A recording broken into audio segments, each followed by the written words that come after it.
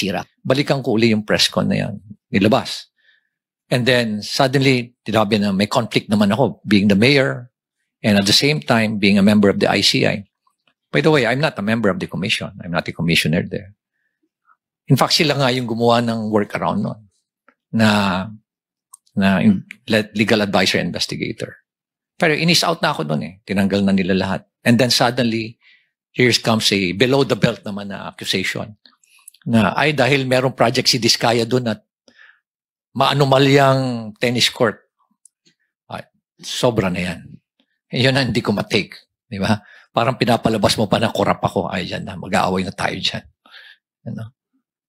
Sa unang-una, sabihin ko nga, kung bulok ba ako, lalabanan ko yung mga very powerful na tao dyan. Di ba? You have to make sure that you have the moral ascendancy bago mo labanan yung mga tao. Otherwise, masisira ka din.